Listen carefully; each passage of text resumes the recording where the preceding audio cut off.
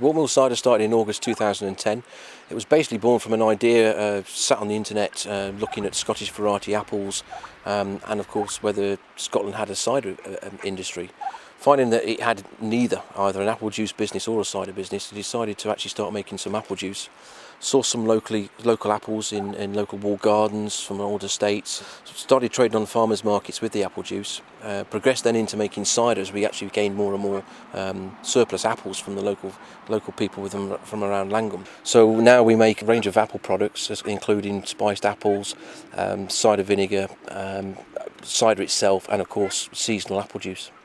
We currently supply about 45 to 47 upmarket delis. For example, we supply Gretna Food Hall, Kilnford Barnes in Dumfries. So we supply farm shops, delis. We also make juice for the National Trust for Scotland. We supply the Forestry Commission of Scotland, and that's predominantly where our business is. The cider is not aimed at the pub market. It's a quality premium top-end cider.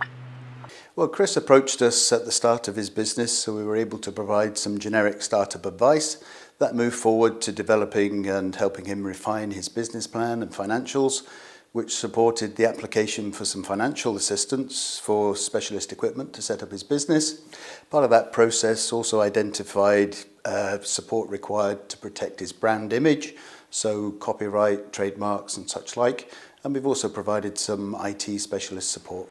Well, initially we decided that we needed some financial assistance when we started the business to purchase the equipment to be able to actually keep up with the capacity that we obviously envisaged from an early stage.